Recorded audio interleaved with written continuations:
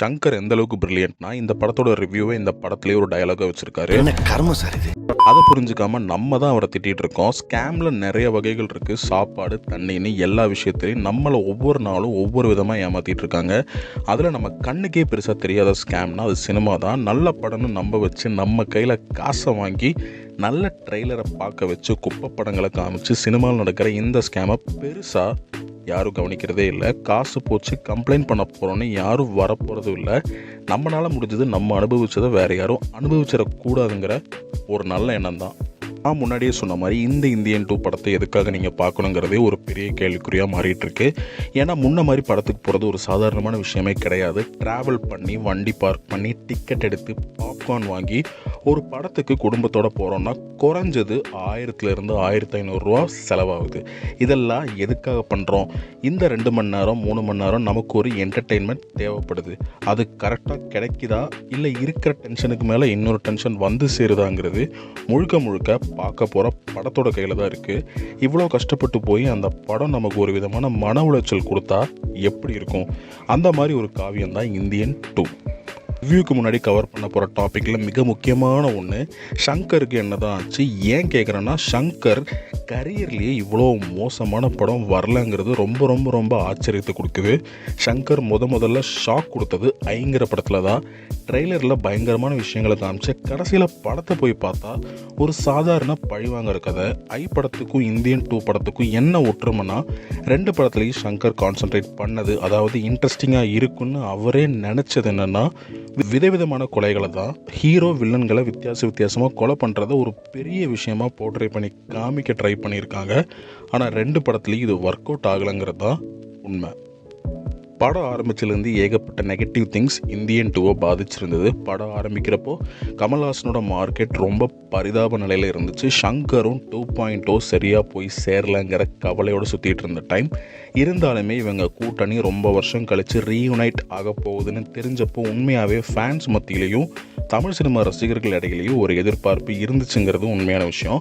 ஷங்கரோட கரியர்லேயே second பார்ட்டுன்னு முத எடுத்த படம் 2.0 தான். ஷங்கர் கிட்ட சரக்கு இல்லைங்கிற மாதிரி நிறைய டாக்ஸ் வந்துட்டு இருந்த டைமில் 2.0வும் ஒரு பின்னடைவு சந்தித்தப்போ ரசிகர்கள் முடிவே பண்ணிட்டாங்க, ஷங்கர் இனிமே அவ்வளோதான்னு. இப்போ யோசிச்சு பார்த்தா அது உண்மையோங்கிற மாதிரி தோணுது. இந்தியன் 2 பட ஷூட்டிங்கில் நடந்த ஆக்சிடெண்ட் இந்தியன் சினிமாவை ரொம்ப அதிர்ச்சிக்குள்ளாக்கி இருந்தது. அந்த ட்ராஜடி இந்தியன் 2 க்ரூவே ரொம்ப ஷாக் அண்ட் ட்ராமாக்குள்ளே கொண்டு போயிருந்தது.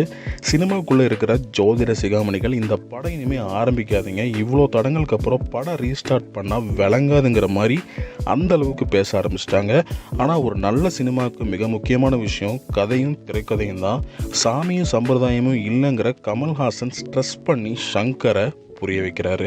அதுக்கு பின்னாடி கோவிடும் ஒரு பெரிய கேப்பை இந்த படத்துக்கு உருவாக்கிச்சுங்கிறது நடந்த விஷயம்.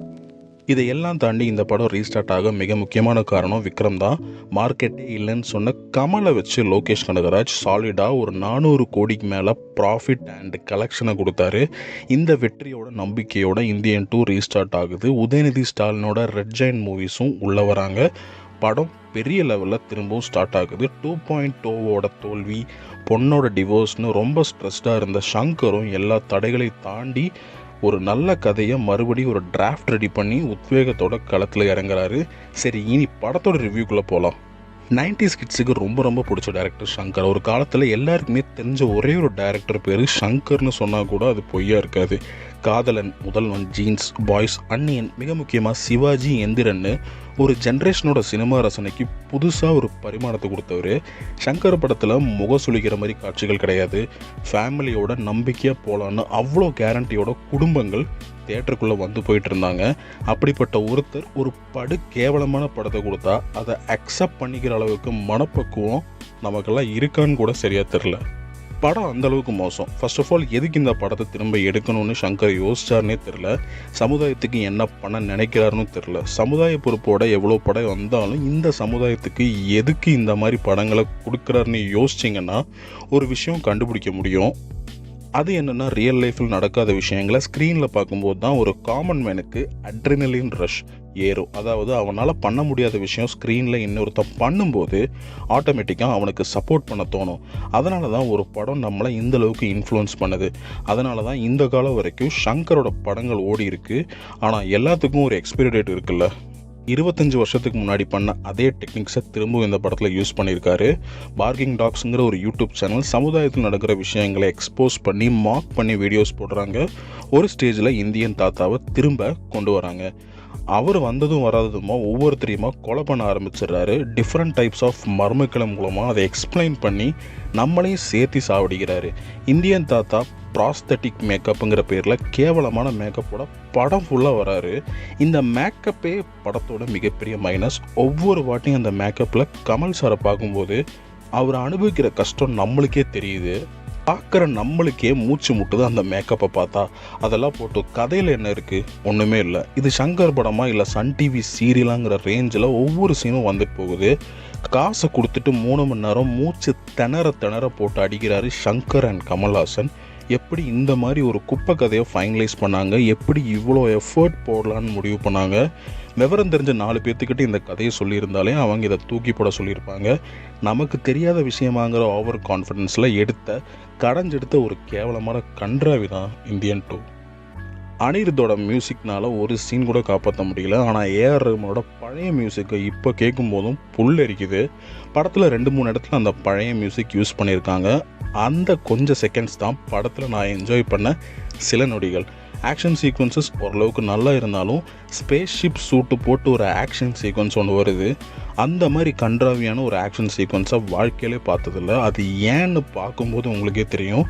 அதுலேயும் அந்த சண்டை காட்சியோட எண்டை பார்க்குறப்போ வாந்தி எடுக்காத குறை தான். நிறைய சுமாரான கேவலமான படங்கள் வந்திருந்தாலும் இவ்வளோ கஷ்டப்பட்டு பிரம்மாண்டமான ஒரு கர்மாந்திர படம் நான் வாழ்க்கையில் பார்த்ததே இல்லை. சரி, படத்தில் என்ன தான் நல்லா இருக்குன்னா சினிமாட்டோகிராஃபி டாப் நாட்ச். ரவிவர்மன் ஒரு கல்லையே அவ்வளோ எஸ்தட்டிக்காக காட்டுறவர். ஆனால் அவர்னாலேயே கமலோட ப்ராஸ்தட்டிக் மேக்கப்போட நெகட்டிவ்ஸை மறைக்க முடியலங்கிறது தான் உண்மை. ஏன்னா அந்தளவுக்கு கொடூரமாக இருந்துச்சு அந்த மேக்கப். விவேக்கோட போர்ஷன்ஸ் கொஞ்சம் பஞ்ச் லைன் வர்ம ப்ரூஃப்னு சொல்கிற இடங்களெல்லாம் கொஞ்சம் ரசிங்கப்படியே இருந்துச்சு. மற்றபடி வேறு எந்த பர்ஃபார்மன்ஸஸும் சொல்கிற மாதிரி இல்லை. இந்த படத்தை ஏன் ஒரு ஸ்கேம்னு சொல்கிறேங்கிறதுக்கு ஒரு பர்ஃபெக்ட் எக்ஸாம்பிள் இருக்குது. இந்தியன் 2வோட சாங்னு சொல்லி ரிலீஸ் பண்ண பாரா சாங் தான். அந்த சாங் எந்த அளவுக்கு ப்ரமோஷன் கொடுத்துச்சுன்னு சொல்லவே வேண்டாம். இந்த பாட்டு எப்படி இருக்க போகுதுன்னு ஒவ்வொருத்தரும் யோசிச்சுட்டு இருக்கும்போது சங்கர் அவரோட ஸ்கேமை ரிவீல் பண்ணுறாரு. அந்த பாட்டு இதில் இல்லைங்க, அது அடுத்த படத்தில் தான் வரப்போகுது. அதாவது இந்தியன் 3ல் தான் வரப்போகுது. கமல்ஹாசன் இந்தியன் 2ல் நடிக்க காரணம் இந்தியன் 3 தான்னு சொல்லும் போதே நம்ம சுதாரிச்சிருக்கணும். அதாவது 6 மணி நேரத்துக்கு ஒரு படத்தை எடுத்து அதை 2ஆக பிரித்து நல்லா இருக்கிற போர்ஷனை கொஞ்சம் பார்ட் 3ல் வச்சு டெலிட்டட் சீன்ஸ் தேராத போர்ஷனெல்லாம் பார்ட் 2ல் வச்ச மாதிரி இருக்குது. இந்தியன் 3ல் கொஞ்சம் ப்ரீ இண்டிபெண்டன்ஸ் போர்ஷன்ஸ் வருது. அது மேபி ஒரு 1 hour இருக்கலாம். அந்த போர்ஷன்ஸை ட்ரெய்லரில் போட்டு இந்தியன் 3லையும் ஒரு ஸ்கேமை பண்ணுவார்னு சங்கர் கண்டிப்பாக தோணுது. ரொம்ப கஷ்டமாக தான் இருக்குது. இவ்வளோ பெரிய ஏமாற்றங்களை சந்திக்கணும்னு நினச்சா. ஆனால் நம்ம மக்களோட ரசனையை புரிஞ்சுக்காமல் தமிழ் சினிமாவோட ஜாம்பவான்கள் இந்த மாதிரி தப்புகளை பண்ணும்போது அதை சொல்லாமல் இருக்க முடியல. அந்தளவுக்கு கோபமும் எரிச்சலும் வருது. ஸோ உங்களுக்கு நீங்களே ஒரு நல்லது பண்ணணும்னு நினச்சிங்கன்னா இந்த படத்தை தியேட்டரில் போய் பார்க்குறத தவிர்த்துருங்க. மெயினாக ஃபேமிலியோட. கடைசிக்கு இந்த படத்தை புக் பண்ணி தொலைச்சிட்டிங்கன்னா என்ஜாய் பண்ணுறதுக்கு ஒரு வழி இருக்குது. சங்கர் கமல் சேர்ந்து தமிழ் படம் மாதிரி இந்தியனோட ஒரு ஸ்பூஃப் எடுத்து வச்சுருக்காங்கன்னு நினச்சி பாருங்கள். படம் சூப்பராக என்ஜாய் பண்ணலாம். சிரித்து செத்துருவீங்க. என்னோட மன உளைச்சலை தீர்க்க இந்தியன் ஃபர்ஸ்ட் பார்ட்டாக மறுபடியும் பார்க்க போகிறேன். மீண்டும் ஒரு வீடியோவில் சந்திக்கலாம். வீடியோ பிடிச்சிருந்தா ஒரு லைக் பண்ணி சப்ஸ்கிரைப் பண்ணுறத கன்சிடர் பண்ணுங்கள். இது முழுக்க என்னோட பர்சனல் ஒப்பீனியன் தான். நான் என்னோட 5 மணி நேரம் 200 ரூபா வேஸ்ட் பண்ண மாதிரி நீங்களும் பண்ணிட வேண்டாங்கிற எச்சரிக்கை தான் இந்த வீடியோ. மற்றபடி இந்த படத்துக்கு நெகட்டிவ் ரிவ்யூ கொடுப்பேன்னு சத்தியமாக எதிர்பார்க்கல. நீங்கள் இந்த படத்தை பார்த்துருந்தா உங்கள் கருத்துக்களை கமெண்ட்டில் சொல்லுங்கள். இன்னொரு வீடியோவில் சந்திக்கலாம். இருந்தாலும் அந்த எச்சிலில் எழுதுகிற சீனை சங்கர்கிட்ட சொன்னவன் மட்டும் என் கையில் கிடச்சா